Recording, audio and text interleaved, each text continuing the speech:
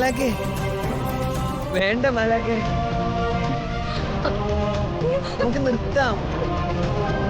മതി മാലാഖേ. ദേവി മഹാമായി.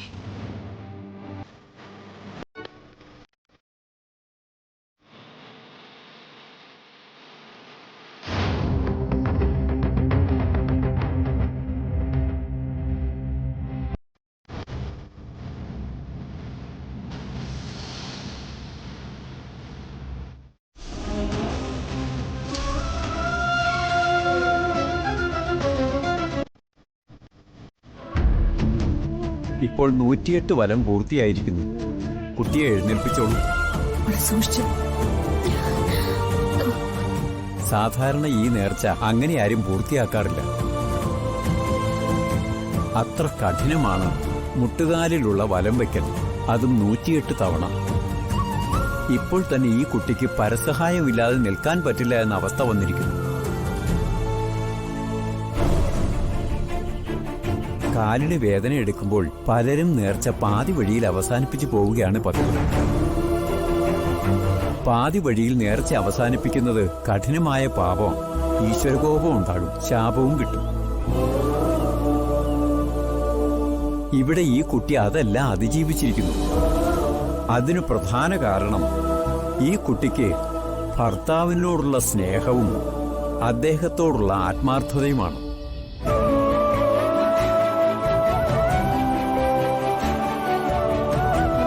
അതാ ഇവിടെ തെളിയിക്കപ്പെട്ടിരിക്കുന്നത്. അതുകൊണ്ടാണ് ഈ കുട്ടിക്ക് ഈ നേർച്ച ഭംഗിയായി പൂർത്തിയാക്കാൻ സാധിച്ചത്.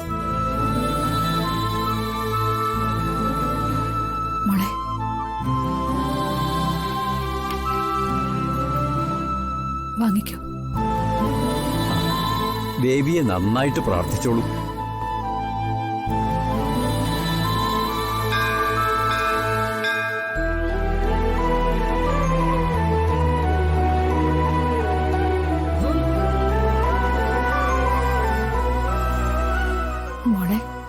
സാരി ആകെ കീറിയല്ലോ, നമുക്കിത് മാറ്റി കൊടുത്താലോ? ആ മാറണം മാഡം. മോളിൽ ചെന്ന് ഡ്രസ്സ് മാറാം. ഗോപികെ, മോളും കൂടെ ചെല്ലും. ശരി അമ്മ.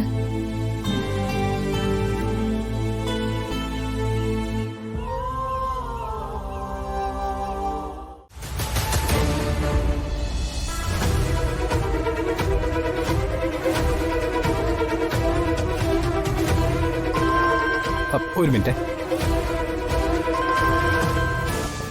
പറയൂ ദേവു. അനീഷേട്ടാ,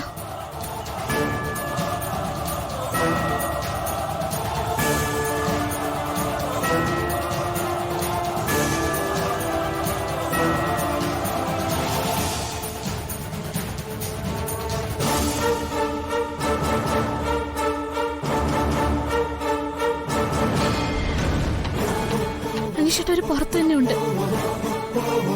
അവരെ തിരിച്ചറിയാനുള്ള അടയാളം ഞാൻ പറഞ്ഞു തരാം.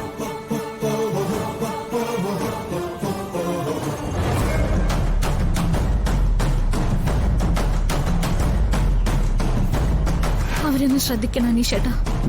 ഒന്ന് ഹോൾഡ്, ഞാൻ നോക്കട്ടെ.